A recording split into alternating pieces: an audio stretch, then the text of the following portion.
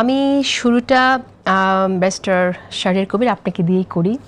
আপনি জানেন যে অনেক আলোচনা হচ্ছে যে জামাত ইসলাম জান্নাতে টিকিট বিক্রি করছে। আপনি নিজেও বলেছেন যে আপনার জান্নাতে যেতে হলে দাঁড়িপাল্লায় ভোট দিতে হবে, এমনকি কবরে দাঁড়িপাল্লা থাকবে সেটা বলেছেন।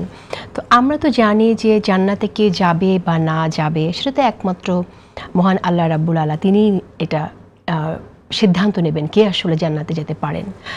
যে কোনো মুসলিম ধর্মবিশ্বাসী ব্যক্তিকে জিজ্ঞেস করে তাই হবে। কিন্তু আপনি যে নতুন নীতি নিয়ে আসলেন এটা তো কোরআনের কোথাও নেই, তাহলে আপনি কি আসলে শিরক করছেন না? ধন্যবাদ আপনাকে। আপনার মাধ্যমে আপনার টিভির সমস্ত দর্শকদেরকে সালাম এবং শুভেচ্ছা, এবং আমার বোন আপনি এই প্রশ্ন করার জন্য আপনাকেও থ্যাংক ইউ।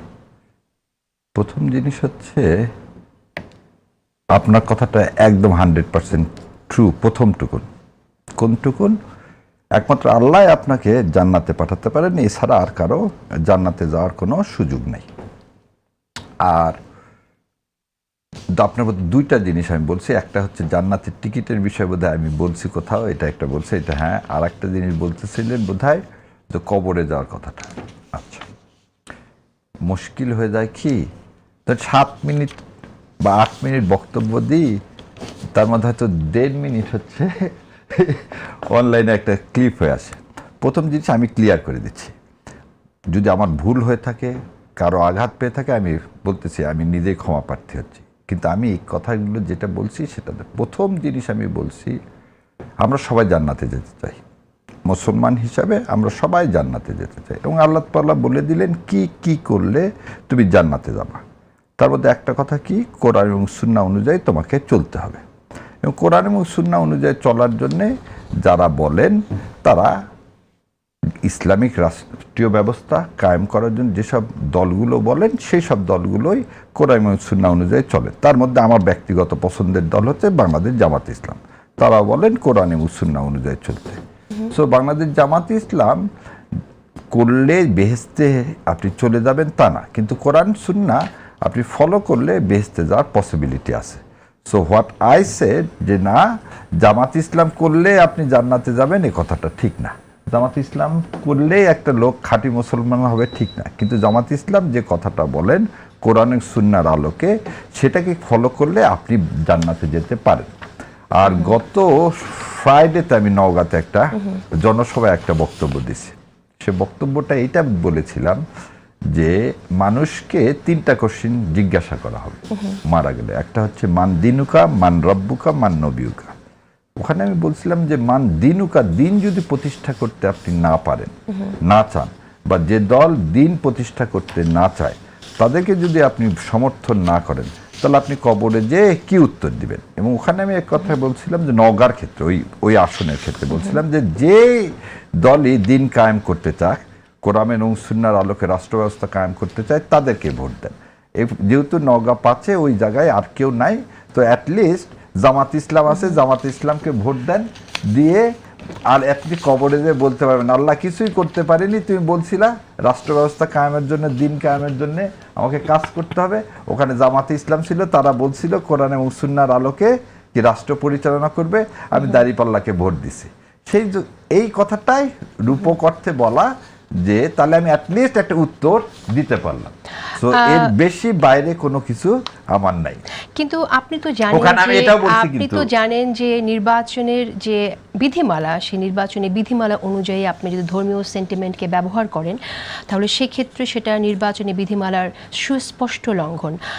এটা একটি বিষয়। আর তাছাড়া আপনি যে যুক্তি দিচ্ছেন, সেই যুক্তিতেও আপনি কোনো একটি দলকে ভোট দেওয়ার মধ্য দিয়ে সেই দল কি কায়েম করবে, সেখানেও কিন্তু আপনার প্রশ্ন আছে। আপনাদের জোটে ছিল যে দল, সেই দল কিন্তু এর আগেও বলেছে জামাত ইসলাম ইসলামের শত্রু। আমরা কদিন আগেও তাদের কাছ থেকে এরকম কথা শুনেছি। সুতরাং এবং জামাত ইসলামী আপনি বলছেন কোরআন সুন্নাহর আলোকে দেশ পরিচালনা করবে। জামাত ইসলামী নেতাদের মুখ থেকে আমরা শুনেছি জামাত ইসলাম ইসলাম শরিয়া আইন কায়েম করবে। কিন্তু জামাত ইসলামী কিন্তু কদিন আগে স্পষ্ট করেছে, জামাত ইসলামের নেতা সৈয়দ মোহাম্মদ তাহের তিনি বলেছেন, যদিও জামাতের আমিরের মুখ থেকে আমরা এটা শুনিনি, যে জামাত ইসলাম আসলে ইসলামিক কোরআন শাসনের আলোকে যে দেশ শাসনের যে কথাটি ছিল, বা ইসলামী শরিয়া আইন কায়েমের ব্যাপারে যেটা ছিল আলোচনা, যেটা আমরা দেখি যে অন্যান্য নেতারা বলেন নির্বাচনী প্রচারণা, তিনি বলছেন সেটা করবেন না। তাহলে এখানেই তো আমরা স্পষ্ট না যে জামাত ইসলাম আসলে ইসলামী শরিয়া আইন করতে চায় কিনা, এবং এই সমালোচনাটাও আছে যে জামাত ইসলাম আসলে ইসলামের শত্রু কিনা। আমি নির্বাচনী প্রচারণার জায়গা থেকে আপনাকে একটু জানতে চাই যে আপনি কি তাহলে নির্বাচনী আইন লঙ্ঘন করছেন কিনা?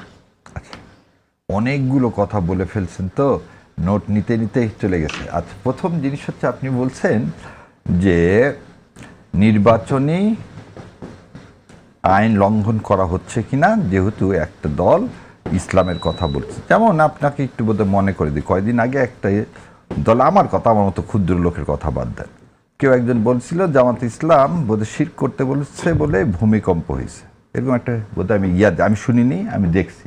এবং আজকে আমি একটু আগে পেপারে দেখলাম, সেটা হচ্ছে যে একটা দল, বিশেষ একটা দল মানুষকে শিরক করাচ্ছে। সো আমার কাছে মনে হয়েছে, আমি একজন মুসলমান হিসাবে আমি যদি বলি যে অমুক দলকে তুমি ভোট দাও যারা আমি কোরআন এবং সুন্নাহকে পালন করে, এটাতে মনে হয় যারা প্রথম থেকেই করে আসে, আজও করে আসতেছে, সামনেও করে যাবে বলে যাকে বিশ্বাস করি, এটা নির্বাচনী আইন বিধি লঙ্ঘনের কিছু নাই। কারণ ওখানে যা নির্বাচনের আইন বিধি লঙ্ঘনের যেটা আছে, ধরে নেন এইভাবে আপনাকে বলি যে মহাসচিব, বিএনপির মহাসচিব এর আগে বলছিলেন যে বিএনপিতে শরিয়া আইনের কোনো ব্যবস্থা নেই। পরবর্তীতে কিন্তু তিনি বলছেন যে শরিয়া আইনের আমরা গেলে শরিয়ার বিরুদ্ধে কোনো কিছু করব না। ঠিক সেরকম এটা কি কেন যে বিএনপি ধারণ করে ইসলামিক চিন্তা চেতনা। আর আপনি যে জিনিসটা বলছেন যে মানে নির্বাচনী আইন লঙ্ঘন হবে তখনই, যেটা শেখ হাসিনা 96 সালে করেছিলেন, মাথায় হেজাব দিয়ে হঠাৎ করে এসে তসবি নিয়ে নেমে গেলেন। আচ্ছা, এবার ডক্টর মোহাম্মদ তাহেরের কথা যেটা বলছেন, যেহেতু আমিরে জামাত এই বিষয়ে বলেননি, আর বাংলাদেশ জামাত ইসলাম একটা পলিসি সামিট করেছে, সেই পলিসি সামিটে বাংলাদেশ জামাত ইসলাম পুরা দেখিয়ে দিয়েছে তারা কি ধরনের রাষ্ট্র ব্যবস্থা চায়, কি ধরনের রাষ্ট্র ব্যবস্থা কায়েম হবে এবং কোরআন ও সুন্নাহর আলোকে কেমন করে হবে। দেখেন, শরিয়া কিন্তু one of the component of the Islamic state.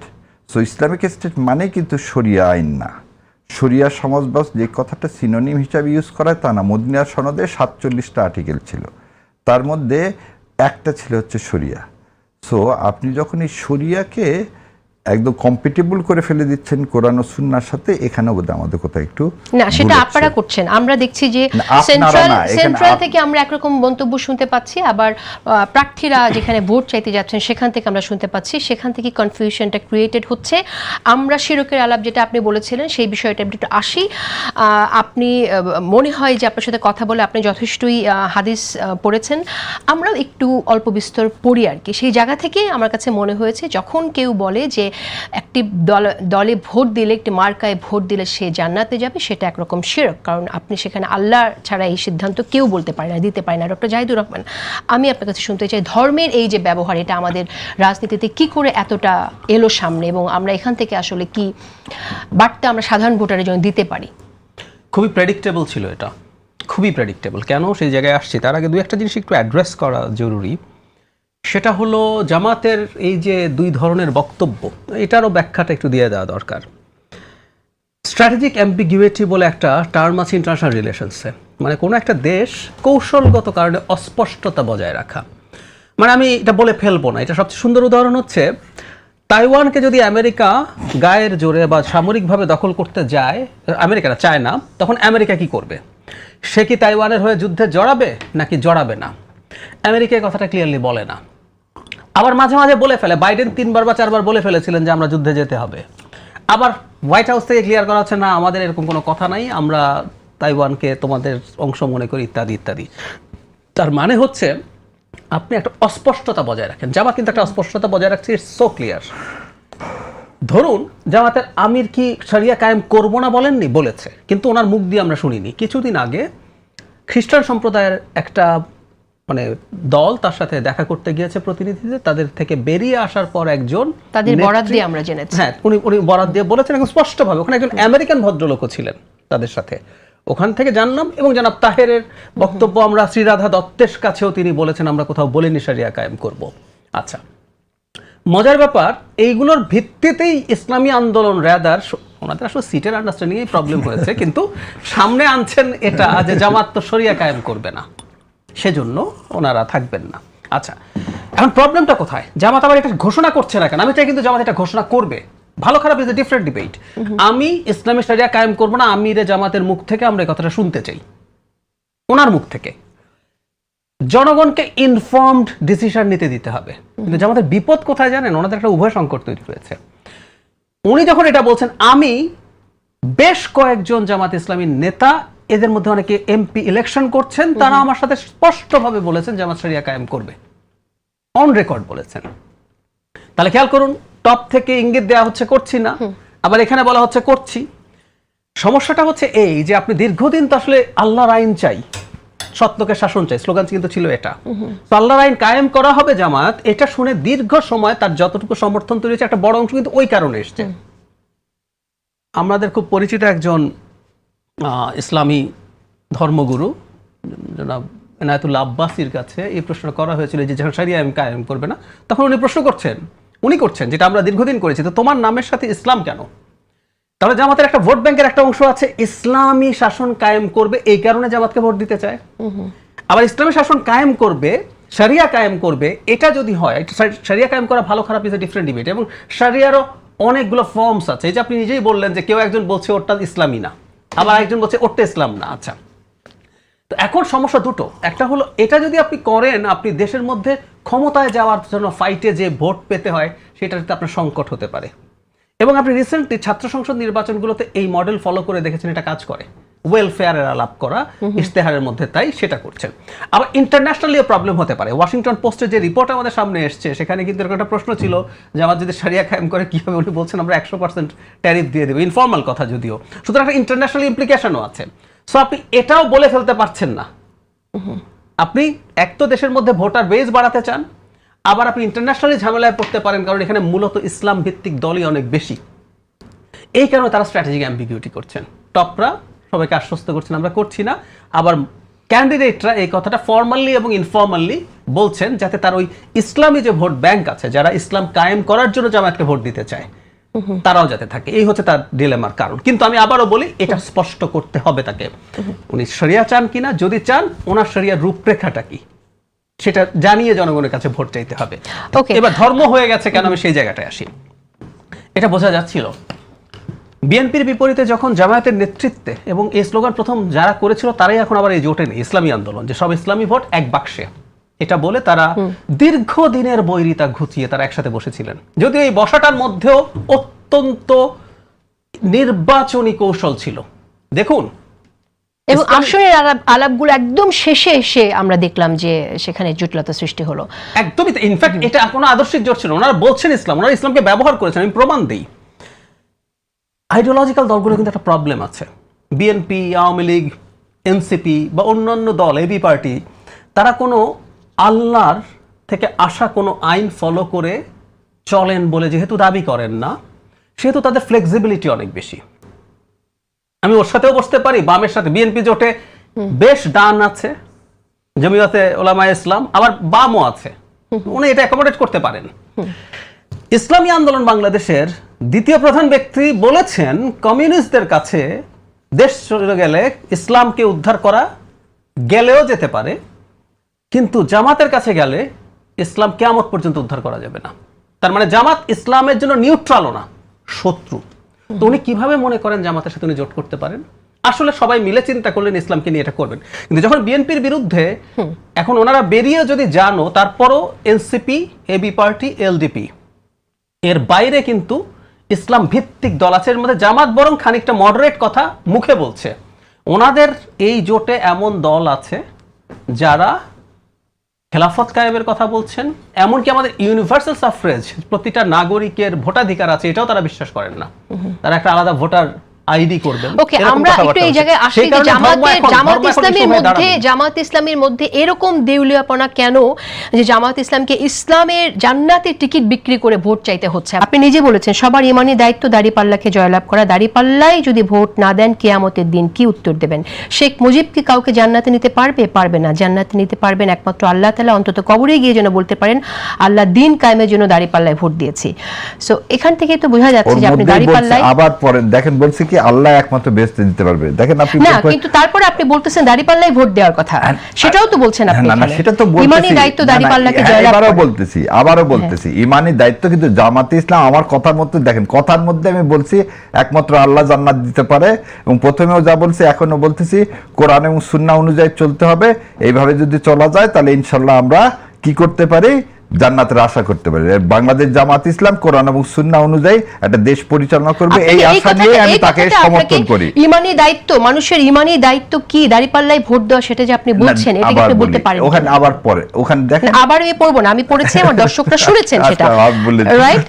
আপনি ইমানি দায়িত্ব বাংলাদেশ জামাত ইসলামকে ভোট দেওয়া, বাংলাদেশ জামাত ইসলাম, এই যে ভাই যেটা বললো, ভাইয়ের যদি কোনো কুয়াশা থাকে, আমার কাছে কোনো অস্পষ্টতা নাই, সেজন্য আমি জামাত ইসলামের ওয়েল উইশার এবং জামাত ইসলামকে পছন্দ করি। একটু শেষ করে দিব, জামাত ইসলামকে পছন্দ করি বা সমর্থন করি এই কারণেই, কারণ জামাত ইসলামী একমাত্র দল আমি দেখতে পাই যারা কোরআন এবং সুন্নাহর আলোকে এই দেশ পরিচালনা করবে বলে তারা প্রকাশ্যে ঘোষণা দিয়েছে, তাদের ইস্তেহারে তাই আছে সবকিছু, সেজন্য তাদেরকে আমি সমর্থন করি এবং এটা আমি বিশ্বাস করি। মানুষ কবরে যাওয়ার পরে কি হবে সেটা তো আমরা অনেক কিছু জানি, অনেকটা শুনি, কিন্তু কোন মার্কায় ভোট দিয়েছে এই যে প্রশ্ন করা হবে, এটা আপনি কোথা থেকে পেলেন? প্রশ্ন করা হবে না, আপনাকে বললেন মান দিনুকা, মানে দিন কায়েমের জন্য তুমি কি করছো। আমি তো আমাকে যদি আমি অন্য মানুষের কথা বলি, আমি মারা গেলাম, আমি কি বলতে পারি, আল্লাহ আমার কাছে একটুকুনি ক্ষমতা ছিল দিন কায়েমের জন্য বাংলাদেশে জামাত ইসলাম কোরআন এবং সুন্নাহর আলোকে একটা রাষ্ট্র ব্যবস্থা কায়েম করতে চায়, সেটাতে বিশ্বাস করে আমি দিছি। ধরে নেন হাইপোথেটিক্যালি আমি দিলাম, ওনারা করলেন না, এই জায়গা শেষ করে দিব। ধরেন জামাত ইসলাম ক্ষমতায় আসলেন, কোরআন এবং সুন্নাহর আলোকে করলেন না, তাহলে আমার বিশ্বাসের কি হলো, আমার ভোটের আমানতের খেয়ানত হলো। কিন্তু আমার বিশ্বাসের জন্য আমি আল্লাহকে বলতে পারি that was the last option for me, যে আমি জামাত ইসলাম ছাড়া আমার কাছে আর অন্য কোনো অপশন ছিল না, সেজন্য আমি দাঁড়িপাল্লাতে ভোট দিছি। That is the answer I want to give. কিন্তু আপনি ভোটের জন্য যা বলছেন সেটা সত্য কিনা সেই নিয়ে প্রশ্ন আছে, সেই জায়গা থেকে আপনি আশা করি নিজেকে নিয়ে ভাববেন, কারণ ভিন্ন প্রসঙ্গে যাই। আপনি আরেকটি বক্তব্যে দাবি করেছেন তারেক রহমানের দেশে ফেরা ছিল সুপরিকল্পিত এবং ভারতের নিয়ন্ত্রণে। আপনি বলছেন দিনের আলোর মতো স্পষ্ট যে ভারতের সিগন্যালেই তিনি দেশে ফিরেছেন। মনে হচ্ছে ভোটটা নেয়ার জন্য আপনাকে যখন যেটা প্রয়োজন বলতে হচ্ছে, আপনার কাছে কোনো সুস্পষ্ট প্রমাণ কি আছে? না, এখানে দুইটা জিনিস, আমার কাছে সুস্পষ্ট প্রমাণ থাকবে না। এখানে জনাব তারেক রহমান, ওনাকে নিয়ে আমি কথা বলতে একটু বিব্রত বোধ করি। তারপরে যেহেতু আপনি জিজ্ঞাসা করছেন বলি, উনি 15 দিন আগে বললেন তার হাতে নাফ। যখন উনি দেশে ফিরে আসার কথা বললেন তখন কিন্তু তিনি পরিষ্কার আজ পর্যন্ত করেনি টিল ডেট, যে কেন সেদিন সে পাবলিকের, এটা কিন্তু পাবলিক স্পিচ, এটা কিন্তু অন্য কারোর সাথে না শোনা না, পাবলিকলি তিনি বললেন যে তার একক নিয়ন্ত্রণাধীন না। এই একক নিয়ন্ত্রণাধীন না মানিটা কে, এটা আজ পর্যন্ত ক্লিয়ার করলেন না। আগে শেষ করি, তার সাথে আনন্দবাজার পত্রিকার যে রিপোর্টটা, সেই রিপোর্টটাকে যদি আমি কানেক্ট করে নিই, আমরা তো ধরে নেন যারা আমরা কি একটু পড়াশোনা করি তারা আমরা ওইটাকে কানেক্ট করে নিয়ে আমরা যদি চিন্তা করি যে ভারতের সাথে তার একটা আন্ডারস্ট্যান্ডিং হয়েছে, সেজন্য সে ফিরে আসছে। So it is his duty to clear it, otherwise আমরা তো এই যেমন জামাত ইসলাম সঙ্গে বললেন, এটারও কি হবে, ডালপালা গজাবে, ডালপালা চারিদিকে আমি একটু এখানে একটু বলি, সেটা হচ্ছে প্রথমত আপনি একটা অ্যাজাম্পশনের উপর বলেছেন যে একক নিয়ন্ত্রণাধীন না, আপনি ট্রান্সলেট করেছেন যেটা পার্শ্ববর্তী দেশ ভারতের বাধা। আপনি না, ভারত সম্পর্কে উনি কোনো কথা বলেন না, ভারতের কথা না, একক নিয়ন্ত্রণাধীন না, এটা তো উনি বলছেন। এটাই আমি বলছি, একক নিয়ন্ত্রণাধীন শব্দবন্ধকে আপনি ট্রান্সলেট করেছেন যেখানে ভারতের বাধা, এটা আপনার অনুমান। দ্বিতীয়ত আপনি যে পত্রিকাটার কথা বললেন, আপনারা তো কেউ কোনো কথা বললে আপনাদের দলের নেতারা মামলা করে দেয়, কিন্তু আপনি যেটা বলেছেন এখানে তো আমরা দেখতে পাচ্ছি এখানে দ্য ডিসেন্টের বরাদ দিয়ে বলে আনন্দবাজার এরকম কোনো সংবাদ প্রকাশ করেনি, দ্যাট ওয়াজ ফেক। সেটা যদি দ্যাট ওয়াজ ফেক, আমি দ্য ডিসেন্টের এই পত্রিকার আমি এটা আপনাকে দেখাবো। এই জায়গা থেকে আপনারা কি একটু দায়িত্বশীল জায়গা থেকে আপনারা মন্তব্য করবেন কিনা আমি ভাবার জন্য অনুরোধ করছি। উত্তর দিয়ে দিই, আপনি এই ডিসেন্টের যে কলামের যেটা বলা হয়েছে সেটা বলে দিই। খালেদা পুত্রের সম্বল, নয়াদিল্লির বন্ধুত্ব, মুক্তিযুদ্ধ, কে লেখছে? অনির্বাণ দাশগুপ্ত।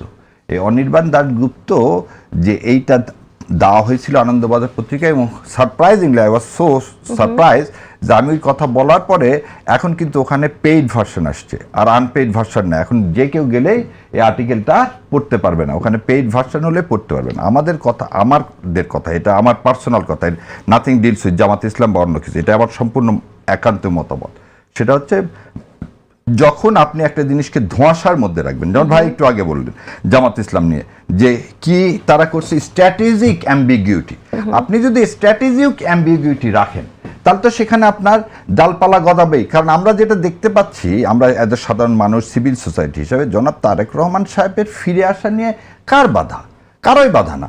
উনি ফিরে আসবেন ওনার দেশে, ওনার মায়ের কাছে, এটাই তো স্বাভাবিক। এবং তিনি তো ফিরে আসলেন, তাহলে ফিরে আসলেন 15 দিন আগে কি এমন ঘটনা ঘটলো যে যেটা ওনাকে বাদ দিল? এবং আপনি বলছেন এটা অবশ্যই অনুমান নির্ভর, এবং আপনাকে ওটা বলে দিচ্ছি, এটা অনুমান নির্ভর কি, যে তথ্য যেগুলো পাইছি এগুলো যদি মিথ্যা হয়ে থাকে তাহলে আমাদের অনুমান ঠিক না, আমাদের অনুমান ঠিক না। কিন্তু আমরা দায়িত্বশীল জায়গা থেকে এই অনুমানগুলো করতে, আপনারা যেমন সাংবাদিক হিসেবে বিভিন্ন প্রশ্ন করেন, অনুমান করেন, আমরা ঠিক অনুমান করি জাতিকে কি জন্যে, জাতিকে যাতে সহজে একটা পথ দেখানো। না, এখানে নিউজটা, আপনি যে নিউজটা নিয়ে এসেছেন সেখানে স্পষ্ট বলা আছে আনন্দবাজার বরাত দিয়ে আপনি তারেক রহমানকে নিয়ে অসত্য ছড়িয়েছেন, সে কথাটা বলা আছে। ডক্টর জাহিদুর রহমান, আমরা তো আসলে রাজনীতিতে পরিবর্তন দেখতে চেয়েছিলাম, সেই পরিবর্তন আমরা দেখছি না। কেন দেখছি না? আমরা আসলে কিভাবে বের হতে পারি এই পরস্পর আক্রমণ করে কথা থেকে, কিভাবে বের হব এবং কি আসলে পাচ্ছি আমরা এর মধ্য দিয়ে? আচ্ছা, ভারতপন্থী বানানো, আমিও নাকি ভীষণ ভারতের দালাল। মানে আমি একটা প্রায় এটা শেয়ার করি, আমার নিজের একটা ইউটিউব চ্যানেল আছে। তো বেশ কয়েক মাস আগে বাংলাদেশের কয়েকটা চ্যানেল, দেশের বাইরের 2-1জন সাথে আমার চ্যানেল, আমি একটা মেইল পেলাম ইউটিউব থেকে, ভারত সরকারের সুনির্দিষ্ট অভিযোগের ভিত্তিতে আমার চ্যানেল আর ভারতে দেখা যাবে না, ওটা দেখা যায় না। তো আমি, এটা আমার হয়েছে, আমি আবার ভারতেরও দালাল হয়েছে। এখন ভারতের দালাল বানানোর জন্য বা ভারতের সাথে অ্যালাইন করার জন্য নানান রকম যুক্তি আছে। বিএনপি নির্বাচন চায়, ভারত নির্বাচন চায়, জেনারেল ওয়াকার নির্বাচন চায়, জাহেদ নির্বাচন চায়। মানে যখন 5 বছর ইউনূসকে রাখতে হবে আলাপ হচ্ছিল, তখন এটার বিরুদ্ধে কথা বলেছি। যেহেতু কথা বলেছি, ভারত যেহেতু নির্বাচনের কথা বলেছে, তারা বলছে আমরা একটা নির্বাচন চাই, জাহেদও নির্বাচন চাই, সুতরাং জাহেদ ভারতের দালাল হয়ে গেছে, জাহেদ অ্যালাইন। আমি এই অ্যালাইনমেন্ট দেখেছি, আমার ওখানে মন্তব্য হয়, তো আমি মন্তব্য পড়ে মানুষের অপিনিয়ন বোঝার চেষ্টা করি। আসলে ঘটনা যেটা হয়েছে, আর ভারত শেখ হাসিনাকে তার সর্বস্ব দিয়ে ক্ষমতায় রাখতে পারে নাই, আর ভারত এখন বাংলাদেশকে ডিসাইড করছে। আবার ভারতের এত ট্র্যাকশন হয়ে গেছে, আমি অন্তত কনভিন্স নাই এই যুক্তিতে।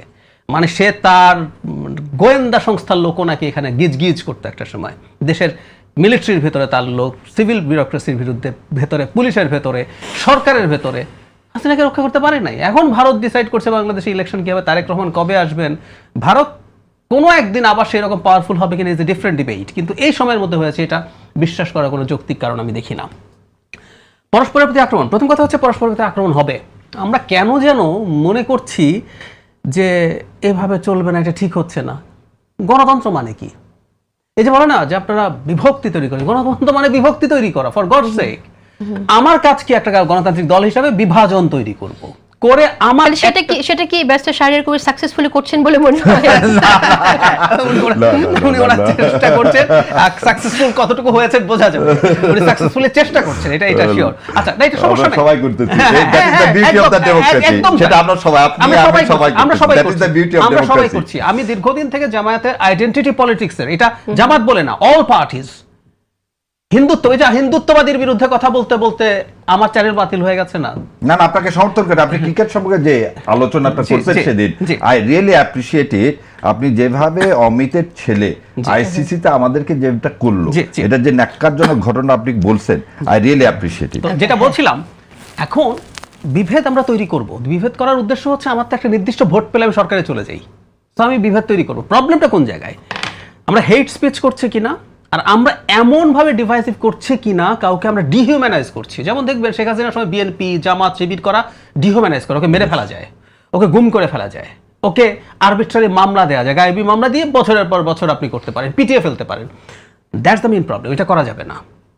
এটুকু বাদ দিয়ে আপনি তো আসলে এক ধরনের বিভেদ করবেন। এখন আমরা যতটুকু করছি, কোনো কোনো ক্ষেত্রে রেড লাইন ক্রস করছি, এটাও অনুমান করা যাচ্ছে। শেখ হাসিনা পতনের পর আমরা দীর্ঘদিন, এত বছর গণতন্ত্র ক্ষেত্রের মধ্য দিয়ে এনগেজ করিনি পরস্পরের সাথে, যেহেতু করি নাই এখন কিছু এক্সট্রিম কথাবার্তা আসবে। আমি এখনো মনে করি তারপরও যতটুকু হচ্ছে দ্যাটস নট টু মাচ। আমার কাছে মনে হয় না। আচ্ছা, তাহলে তো ভালো, কিন্তু আমার কাছে মনে হয় যে একসময় বিএনপি এবং জামাত দুটি দল নিপীড়িত হয়েছে, এখন সেই দুটি দলের মধ্যে এরকম তথ্য কেন আসবে যেটা আসলে অপরকে হেনস্থা করা হয়, অসত্য তথ্য সামনে আসবে কেন? এই জায়গাটায় আমরা তো রাজনীতিবিদদের শুধু ভোট না, আরেকটু দায়িত্বশীলতা দেখতে চাই, আরেকটু সহানুভূতিও দেখতে চাই প্রতিপক্ষের প্রতি। সেটা বোধহয় এবার হবে না, এবার সেটা হবে না। এটা সময় লাগবে, আবার সময়ও কি হবে উই ডোন্ট নো, নাও হতে পারে। গ্লোবাল ফেনোমেনন কিন্তু এখন রাইটিস্ট পপুলিজমের উত্থান, মানে আপনি এখন প্রতিপক্ষকে অনেক বেশি কঠোর ভাষায় আক্রমণ না করলে আপনি খুব শক্তিশালী পাওয়ারফুল নেতা, এই বোধ আসলে হয় না। সেই জায়গায় সেটাই যদি হয় বাস্তবতা, তাহলে সেই জায়গায় কি আমরা এটা বলতে পারি জামাত ইসলাম এগিয়ে আছে? না, আমি এখন পর্যন্ত যে খুব এগিয়ে আছে তা বলবো না। প্রতিপক্ষকে ঘায়েল করার ক্ষেত্রে বাকযুদ্ধ দিয়ে, বয়ান দিয়ে, তথ্যকে তাদের কথা ফ্যাক্টকে টুইস্ট করা দিয়ে আমরা তো দেখছি বেশ চেষ্টা করছেন। জামাত ইসলাম বেশ এগিয়ে আছে। আমি আবার বলছি এগিয়ে আছে, চেষ্টাটা দেখতে পারেন, কারণ হ্যাঁ জামাতের অনলাইনে একটা খুব দীর্ঘদিনের প্রতিষ্ঠিত একটা ইকোসিস্টেম আছে, সেটার মাধ্যমে আমরা অনলাইনে সেটা দেখতে পাচ্ছি। কিন্তু বাস্তবে কি হয় আমি আসলে জানি। যেমন ধরুন, দুনিয়ার এমন কোন পোল নাই যেটা জামাত ক্ষমতায় যাওয়ার জন্য বিএনপির সাথে 4 গুণ ভোট পায় না। ডাজ ইট মিন যে জামাত সফল হয়ে গেছে এটা করে? আসলে আমার কাছে মনে হয় না। সো অনলাইনে আপনি এই ধরনের একটা ইকোসিস্টেমের কারণে একটা পারসেপশন আছে, যেটা আমরা অনলাইন দেখি প্রচুর, কিন্তু তাদের এটা ফ্যাক্ট, এটা আমি মানি, তাদের এই ক্ষেত্রে পারফরম্যান্স অনেক ভালো। ওকে, এটা আপনি অনলাইনের কথা বলছেন, কিন্তু যদি আমরা বাস্তবতার কথা চিন্তা করি তাহলে আমরা জামাত ইসলামের নেতাদের কিন্তু এটা বলতে শুনছি যে তারা এবার ক্ষমতায় যাবে, এই আশাবাদ তারা ব্যক্ত করছে, অন্যদের প্রতিশ্রুতি দিচ্ছে। এই জায়গাটা ব্যারিস্টার শাহরিয়ার কবির একটু মন্তব্য শুনি যে জামাত ইসলাম তো 18টির বেশি আসন কখনো পায়নি, কিন্তু সেই জায়গা থেকে ক্ষমতায় যাবে। আমরা জামাত নেতার মুখে এটাও শুনছি যে কোনো সিট ঢাকায় আমরা দেব না, এরকম কথা আমরা শুনেছি। তাহলে আসলে বিষয়টা কি? মানে ভোট হঠাৎ করে জামাত ইসলামে এত আসবে বলে আপনারা কেন মনে করছেন? ম্যাজিকটা কোথায়? আচ্ছা, প্রথম কথা হলো আমার ভাই যেটা বললেন যে হ্যাঁ অনলাইন পোল বোধহয় প্রথম আলোটা ছিল, তাই না? ওটাতে ওদের একটা ড্রাস্টিক ছিল। আর যাই হোক, ওটা বিষয় না। এখানে যেটা বললেন শোনেন, আপনি যদি ক্ষমতায় যেতে চান আপনাকে প্রথমে বিশ্বাস করতে হবে আপনি ক্ষমতায় যাবেন। আপনি যদি নিজে বিশ্বাস না করেন যে আমি ক্ষমতায় যাব, তাহলে আপনি মানুষকে কিভাবে পথ দেখাবেন? বাংলাদেশ জামাত ইসলাম আমি যতটুকু জানি, বলবো না, এই সামিটের পরে, মানে তাদের যে ইন্টারকন্টিনেন্টাল যে সামিট, তারপরে আমি মানে বিশ্বাস করি, খালি বিশ্বাস করি না, আমি এটা বিশ্বাস করি যে বাংলাদেশকে আগামীতে 5 বছর যদি বেস্ট ডেলিভারি কেউ দিতে পারেন এবং ইন্টেলেকচুয়ালি এবং রিসোর্সফুলি এবং ইনসাফ ভিত্তিক একটা সমাজ ব্যবস্থা যদি কায়েম করতে পারেন, তাহলে জামাত ইসলামের অল্টারনেটিভ কিছু নাই। That is my perception. কেন এই কথাগুলো বললাম? যে বাংলাদেশ জামাত ইসলাম 4-5টা কথা বলছেন, তার মধ্যে একটা হচ্ছে, প্রথম জিনিস হচ্ছে দুর্নীতি। তারপরে কি বলছেন যে কর্মক্ষম করতে হবে লোককে, এবং কেমন করে করা হবে, কিভাবে করা হবে, রিসোর্সটা কোথায় থেকে আসবে। এটা এরকম না যে আমি ফ্যামিলি কার্ড দিব, ধরে নেন বললাম 2 লাখ কোটি টাকা আমার দরকার প্রতি মাসে ফ্যামিলি কার্ডে, এইভাবে কিন্তু দেয়নি। ওই দিন প্রতিটা প্রজেকশনে বলা হয়েছে কোনটা কি, এবং উইমেন এম্পাওয়ারমেন্ট কিভাবে করা হবে, কেমন করে করা হবে, ইন ডিটেলস ইজ দেয়ার। খালি তাই না, কি মনে করেন যে আগে শেষ করে দিব, খালি তা না, ওখানে যারা উপস্থিত ছিলেন they are the finest people of our country, এবং যারা অনেকেই সেদিন যারা এনবিআর এর চেয়ারম্যান, এক্স সেক্রেটারিরা, বিভিন্ন ইউনিভার্সিটির প্রফেসররা যারা এসছেন, তারা ডেডিকেশন বছরের পর বছর দিয়ে এসে আজকে যে জায়গায় গেছে।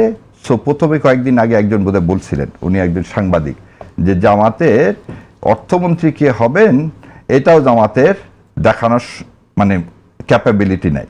তো আমার মনে হয় সেদিন যারা যারা এই অনুষ্ঠানে উপস্থিত ছিলেন তাদের মনে হয় এই জিনিসটা হয়েছে যে একজন অর্থমন্ত্রী না, ওখানে 10 জন অর্থমন্ত্রী হওয়ার মতন লোক ওখানে ক্যাপাবল লোক ওখানে আছে। তারা কি জামাতের নেতা নাকি তারা জামাতে, এই বলে দিলাম, জামাতের আবার মতো সমর্থক যারা মন প্রাণ দিয়ে জামাতকে পছন্দ করেন দীর্ঘদিন। একটু আগে বললাম না যে দীর্ঘদিন। আপনাকে একটা জিনিস একটু বলি, এটা না বললে একদম। আজকে আমাকে আমার এক friend, he is the professor of Cardiff University এবং he is one of the finest researcher. তার অনেকগুলো বই আছে, তার নাম হচ্ছে Mokarram Hossain.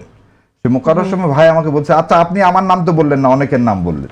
So he was the finest, one of the finest. Zubair হচ্ছে মিশিগান ইউনিভার্সিটির প্রফেসর, বুয়েটের ফার্স্ট বলে তার মানে হচ্ছে যোগ্য লোক আছে। তাহলে এই যে কথাটা আপনি বললেন না একটু আগে, এই যে একটা ন্যারেটিভ তৈরি করা যে জামাত ক্ষমতায় গেলে জামাত দেশ চালাতে পারবে না, আমার মনে হয় এই ন্যারেটিভটা অসত্যতা, অসত্যতা প্রমাণ করে দিচ্ছে। আমি এখন দুটো প্রশ্ন আপনাকে করি। জামাত দেশ ক্ষমতায় গেলে দেশ কিভাবে পরিচালনা করবে সেটা তো আমরা বুঝতেই পারছি না, কারণ আপনাদের এখানে এক একজন এক এক রকম কথা বলছেন। আপনি বলছেন ইনসাফ কায়েম করার কথা, কিন্তু জামাতের নেতারা তো নিজেদের প্রতি ইনসাফ করছে না, কারণ জামাতের নেতাদের মনে একটা মুখে একটা আনতে হচ্ছে। ভোটের জন্য আপনারা প্রান্তিক জায়গায় গিয়ে বলছেন শরিয়া আইন কায়েম করবেন, কিন্তু আবার বিভিন্ন জায়গায় ইন্টারন্যাশনাল মিডিয়াতে সিভিল সোসাইটিতে আপনারা বলছেন যে সেটা আপনার ইসলামে শরিয়া আইন কায়েম করবেন না। সেই জায়গায় প্রথম তো আপনার নিজের প্রতি ইনসাফ করতে হবে, সেটা আমরা ঘাটতি আমি মনে করছি। সেই জায়গা থেকে আমার কনসেপশন হচ্ছে এদেশের মানুষ ঠিকই বুঝে গেছে যে ইনসাফ কি জিনিস, এবং বাংলাদেশ জামাত ইসলামের আমির যেখানে যেখানে যাচ্ছে লক্ষ লক্ষ লোকের সমাবেশ হচ্ছে, লোক বোঝে বলে সে যাচ্ছে এবং লোক বোঝে বলে জামাত ইসলামের ডাকে সাড়া দিচ্ছেন। ইনশাআল্লাহ আগামী এটা লোকের মধ্যে ছেড়ে দেয়। ভোটে যদি ভাবে যে আপনি ইনসাফ করতেছে না, নিজেদের মধ্যে দ্বিচারিতা আছে, জামাতের ভোট দিবে না। আর যদি ভাবে যে না বাংলাদেশ জামাত ইসলাম যেটা মুখে বলে সেটাই কাজ করে দেখায়, তাহলে লোক ভোট দিবে। So leave it to the people ইনশাআল্লাহ। আর 12 তারিখ আর বেশি দিন নাই, ডেফিনেটলি আপনারাও এই জায়গায় থাকবেন এটা আশা করি, যেটা মানুষের উপরই ছেড়ে দিবেন। কোন নেতা যেন না বলে যে আমরা আসন দেব না, সেটা শুনতে চাই না। এটা ভালো, এটা ঠিক না। আমি আপনাকে এটাকে দেখে বললে এটা খারাপ বলছি। আমি এই কার্ড নিয়েও আমরা একরকম রাজনীতি দেখছি, আপনি জানেন। সেই বিষয়টা আমরা কথা বলবো যে বিএনপি যে ফ্যামিলি কার্ডের কথা বলেছে, সেই বিষয়ে আমরা জামাত থেকে যেরকম মন্তব্য শুনেছি বা এনসিপির নেতাদের কাছ থেকে যেরকম মন্তব্য শুনছি, সেটা আমার কাছে মনে হচ্ছে যে ঠিক খারিজ করে দেওয়া, প্রথমেই খারিজ করে দেয়া নেগেটিভ মন্তব্যর মধ্য দিয়ে। এমনকি আপনি জানেন যে তারেক রহমান বস্তিবাসীদের জন্য যে বাসস্থানের কথা বলেছে, সেখানেও তাদেরকে উচ্ছেদ করা হবে, এই ধরনের মন্তব্য আমরা শুনেছি। এই বিষয়গুলোকে আপনি কিভাবে দেখছেন? আমরা আসলে কনস্ট্রাকটিভ ক্রিটিসিজম দেখছি না, কিন্তু ঠিক খারিজের একটা রাজনীতি এখানে আছে। আর জামাতের যে প্রপোজালগুলো নিয়ে এসেছে, আমরা এখানে পলিসি ডায়ালগের কথা উনি বললেন যে এই প্রোগ্রামে যে আলাপগুলো হয়েছে, সেই প্রস্তাবনাগুলোকে আপনি কি দেখেন? যেমন আপনার 1 লাখ ছাত্রকে ঋণ দেওয়ার ব্যাপার বলা হচ্ছে, মেধাবী ছাত্রকে। আপনার মন্তব্য শুনতে চাই ডক্টর জাহিদুর রহমান। তার আগে একটু জামাতে দেশ চালানোর মানুষ আছে, মানে জামাত যদি ক্ষমতায় চলে যায় বহু মানুষ দল বেঁধে হাজির হতে পারে, ক্ষমতার সাথে কানেক্টেড হওয়ার চেষ্টা সবাই কম বেশি করে। সমস্যাটা অন্য জায়গায়। সমস্যাটা হচ্ছে সংবিধান অনুযায়ী আপনি মন্ত্রীর ক্ষেত্রে টোটাল মন্ত্রিসভার 10%-এর বেশি টেকনোক্র্যাট হওয়া যাবে না। মানে শাহরিয়ার কবির ভাইকে যদি মন্ত্রী করা হয়, উনি টেকনোক্র্যাট হিসাবে, শাহরিয়ার ভাই টেকনোক্র্যাট হিসাবে হবেন। এখন 10% অনলি, বাকি 90% তো পলিটিশিয়ানদের মধ্যে আসতে হবে। ইনফ্যাক্ট আলাপ ছিল এটা যে তার পলিটিশিয়ানদের মধ্যে যারা নির্বাচন করে এমপি হবেন তার মধ্য থেকে হওয়া। সো ওখানে বসে সচিবরা বসে আছেন, প্রফেসররা বসে আছেন, যারা জামাতের সমর্থক, ওয়েল উইশার, শাহরিয়ার ভাইয়ের মতো, তারা তো জামাতের সদস্য নন, তারা তো এমপি ইলেকশন করছেন না। সো আপনি 10% দিয়ে দেশ চালাবেন? আপনি না। প্রশ্ন ছিল ওই জায়গাটায়। সেটা এই জন্য আমার কাছে মনে হয় অনেক টেকনোক্র্যাট আসতেই পারে ক্ষমতায় আসলে। দলের মধ্যে যে ধরনের তারা যে পলিসির কথা বলছেন, পরস্পরের প্রতি যে ধরনের কথা বলে, আমি মনে করি আসলে এই জিনিসগুলো আরেকটু মানে অ্যানালাইটিক্যাল হওয়া দরকার। যেমন আমার মনে আছে শেখ হাসিনার সময় আমরা দীর্ঘ সময় এই কাজগুলো করার চেষ্টা করেছি। শেখ হাসিনাও কিন্তু মানুষকে ইন্টেলেকচুয়ালি কতগুলো তথ্য দিয়ে উন্নয়ন বিক্রি করতে চেয়েছেন। আমার মাথা পিছু আয় কিন্তু এত হয়ে গেছে, তো পার ক্যাপিটা ইনকাম কি হয়, ভারতের চাইতে কিভাবে আমাদের বেশি হয়ে গেল, আমরা তার চাইতে ধনী হয়ে গেলাম, আমাদের জিডিপি গ্রোথ কত, আমরা তখন এগুলোকে ধরে ধরে ডিমান্ড করার চেষ্টা করেছি। এগুলো আসলে আমিও আপনার সাথে একমত যে আরো কনস্ট্রাকটিভলি এটার ক্রিটিসিজম করা দরকার ছিল। যেমন ধরুন যে আমাদের পলিসির মধ্যে আমি অন্তত একটা জায়গার দিকে বেশি খেয়াল করেছি, যেহেতু আমি ডাক্তারি না করলেও হেলথে জামাত কি করছে, তারা জিডিপি 6 to 8% এখানে খরচ করবেন বলছেন। আচ্ছা, এখন WHO সাজেশন হচ্ছে আমাদের মতো দেশের জন্য এটা 5% করা। আচ্ছা, আমি বিএনপিটায় আসি। বিএনপি পর্যায়ক্রমে ধাপে ধাপে বাড়িয়ে এটাকে 5%-এ নেবে বলছে।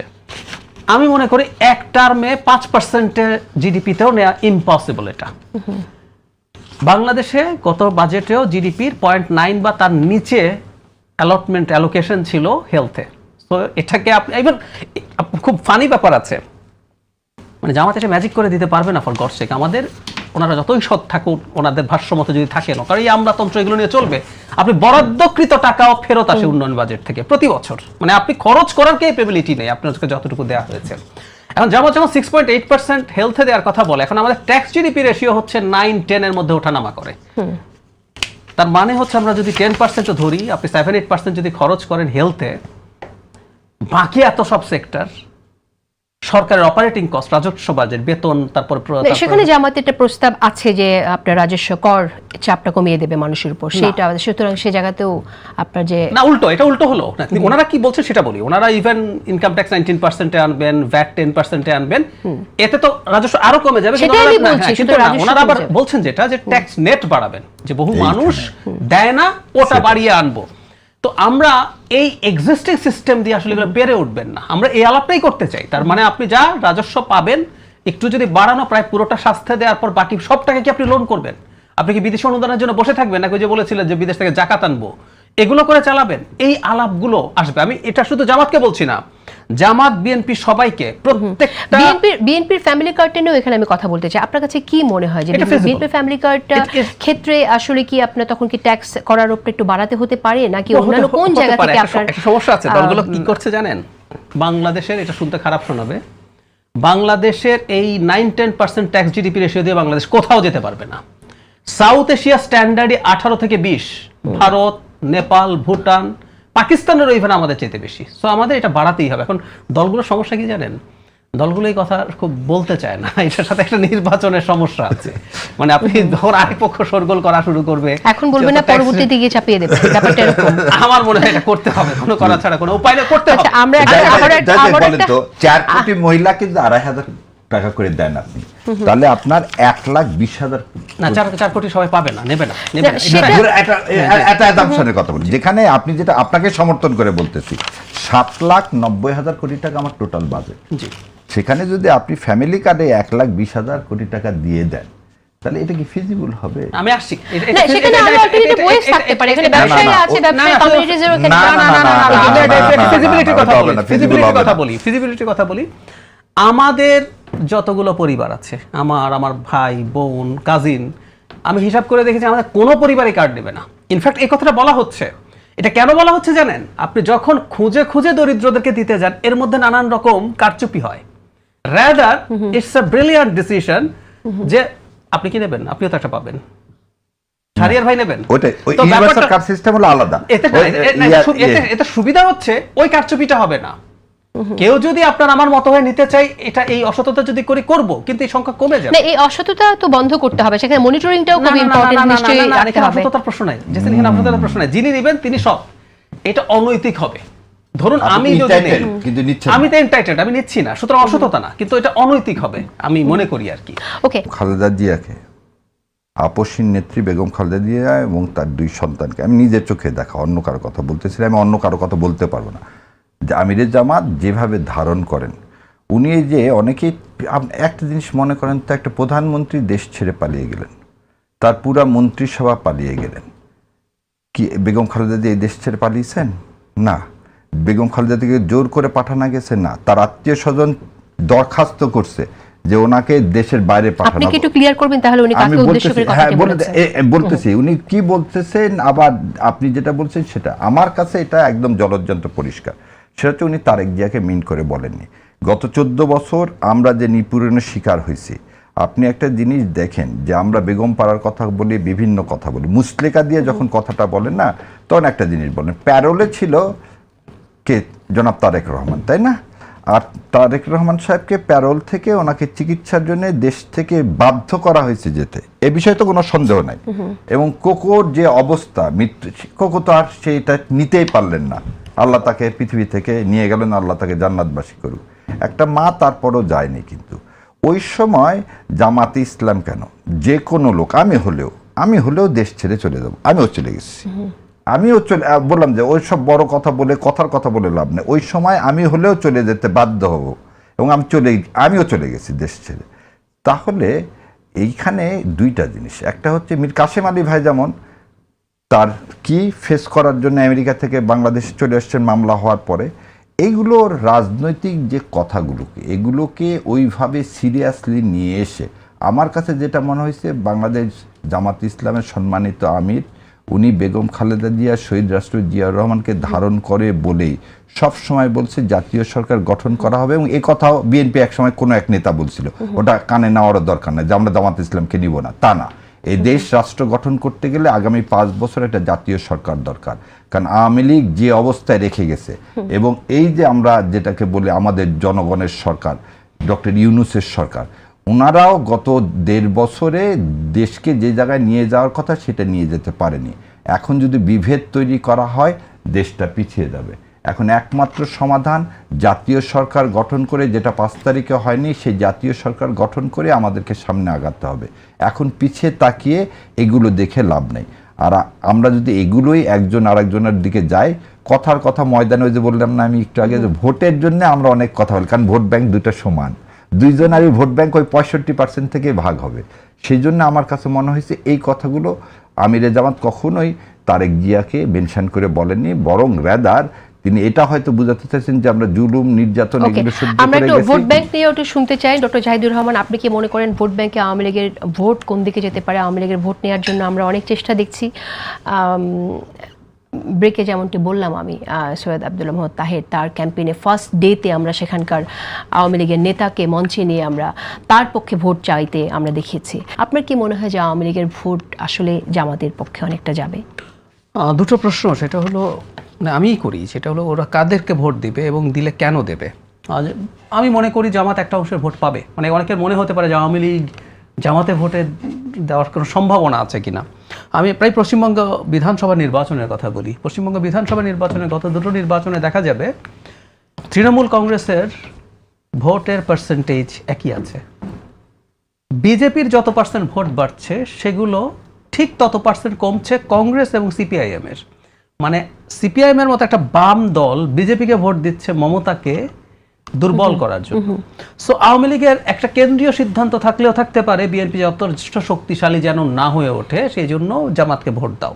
আবার জামাত বেশ শক্তিশালী হয়ে ওঠা, ভারত মুখে বলে যে আমরা জামাতকে পছন্দ করি না, কিন্তু বিজেপি, ভারত মানে বিশেষ করে বিজেপি ন্যারেটিভের জন্য এটা খুব ভালো, কারণ বিজেপি দেখাতে পারবে যে দেখো বাংলাদেশে কিন্তু এক্সট্রিমিজম উঠছে, ইসলামিস্ট, তো আমাকে লাগবে তোমার, ইত্যাদি ইত্যাদি। আর এই যে আমাদের নির্বাচনের কিছুদিন পরই পশ্চিমবঙ্গ বিধানসভা নির্বাচন, কিন্তু আওয়ামী লীগ চাইলেও কি সব আওয়ামী লীগের মানুষ জামাতকে ভোট দেবে?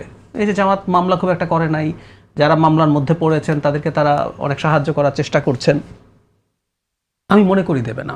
আওয়ামী লীগের একটা বড় অংশের ভোটার যারা 71কে খুব সিরিয়াসলি দেখেন সবকিছুর পরে, ইভেন তারা শেখ হাসিনা পছন্দ নাও করতে পারেন, মানে আওয়ামী লীগের সমর্থক যারা এখনো আছেন তারা মানে এই না যে তারা শুধু শেখ হাসিনারই নেতৃত্ব মানেন, সেটা আছে। একই সাথে একটা বিরাট একটা অংশ আছে তারা সেকুলার মানসিকতার, তারাও আসলে শেখ হাসিনা বললেও জামাতকে গিয়ে ভোট দেবে আমার মনে হয় না। সুতরাং ওই ভোটটা ভাগ হবে, ওটা যে একেবারে একসাথে কোনো দিকে চলে যাবে জামাতের দিকে বা বিএনপির দিকে আমার কাছে মনে হয় না। আর কিছু লোকাল ফ্যাক্টরস থাকে, সবকিছু মিলে এটা যথেষ্ট বিভক্ত ভোটই হবে। ওকে, আমাদের শেষ করতে হবে, একেবারেই শেষ সময়ে এসেছি। আমি ব্যারিস্টার শাহরিয়ার কবির, আপনার কাছে দুটি প্রশ্ন আছে, চেষ্টা করব দুটো প্রশ্নে আনতে। একটি হচ্ছে যে আমরা বাড়ি বাড়ি গিয়ে এনআইডি নাম্বার কালেক্ট করতে দেখছি এবং সেখানে অনেকের অভিযোগ আছে তারা জামাতের কর্মী, নারীদের মোবাইল নাম্বার সংগ্রহ করা হচ্ছে। ব্যক্তিগত তথ্য জামাত ইসলাম কেন সংগ্রহ করছে ভোটারদের? আচ্ছা, প্রথমে আপনার এই প্রশ্নের উত্তর দেওয়ার আগে জাহিদ ভাইয়ের সাথে আমি একটু অ্যাড করতে চাই। প্রথম কথা হলো ডক্টর মোহাম্মদ তাহের, যদি আমি জানি না, যদি উনি আওয়ামী লীগের কাউকে নিয়ে প্রথম দিন জনসভা করে থাকে, এটা ন্যাক্কারজনক এবং এটা আমি যদি না উনি করেছেন আমার কাছে এভিডেন্স আছে, ওই জন্য বলতেছি যদি করে থাকেন এটা ন্যাক্কারজনক এবং আমি তীব্র প্রতিবাদ করতেছি, তারে করা ঠিক হয়নি। আওয়ামী লীগের কোনোভাবে পুনর্বাসন বাংলাদেশ জামাত ইসলাম করবে এটা আমি বিশ্বাস করি না। যদি আমি যেদিন দেখতে পাবো সেদিন থেকে আমি জামাত ইসলাম করব না, আপনার মাধ্যমে বলে দিলাম। কারণ আওয়ামী লীগে, আর দ্বিতীয় কথাটা হচ্ছে আওয়ামী লীগের ভোট বলে কিছু নেই, ভোট ভোটই। বাংলাদেশের মানুষের ভাগ্য পরিবর্তন করতে সুইং ভোট, সুইং ভোট, এটা ভাইয়ের সাথে একদিন আমাদের আলোচনা হয়েছিল। আপনি দেখবেন লাস্ট সার্ভে গুলোতে কত সমর্থকরা আওয়ামী লীগকে ভোট দিয়ে এসেছে, সেভাবে তো বলা যায়। দেখেন লাস্ট সার্ভেতে আসছে 5% লোক হচ্ছে ভোট দিবে না, ভোট কেন্দ্রে যাবে না। সো আওয়ামী লীগের ভোটটা 5% না। এবং আরেকটা জিনিস আছে, 5%-এর বাইরে আপনি যদি দেখতে চান তাহলে আওয়ামী লীগ কিন্তু বারবার গত পরশু দিনে বোধহয় তারা বলছে যে ভোট কেন্দ্রে যাবা না, ভোট দিবা না, এবং হানাতে পার্টিসিপেট করবে না। তাহলে আওয়ামী লীগের একদম সুস্পষ্ট অবস্থানটা কি, যে তারা এই ভোটে পার্টিসিপেট করবে না। এখন কথা হলো যে জনগণ তাদের কথা শুনবে না, তারা তো ফ্যাসিস্ট, তারা এই দেশ ছেড়ে চলে গেছে, মানুষ তো বোঝে। তাই আওয়ামী লীগকে যারা আগে ভোট দিত তারা দেখবে এবার জামাত এবং বিএনপির মধ্যে কারা ভালো তাকে ভোট দিবে। এখানে জামাতের ভোট বলে ফ্যাক্টর, এবং কেউ যদি শেষ করে দিতে হবে একেবারেই সময় নেই। লাস্ট কোশ্চেনটা আমি করছি আপনাকে। বরগুনা জেলা জামায়াত ইসলামের সহকারী সেক্রেটারি জেনারেল মোহাম্মদ শামীম আহসান একটি কথা বলেছেন। তিনি বলেছেন ডাকসু ছিল মাদকের আড্ডাখানা এবং বেশ্যাখানা। আমি বললাম এটা ধিক্কার জানাই, তার এটা বলা উচিত হয়নি, এবং সে যদি বলে থাকে এটা অবশ্যই দল তার বিরুদ্ধে ব্যবস্থা নেওয়া উচিত। আচ্ছা, আমরা শেষ করে দিচ্ছি এই আশাবাদ রেখে যে আপনাদের বিরুদ্ধে আর কখনো জান্নাতের টিকিট বিক্রি হবে এরকম অভিযোগ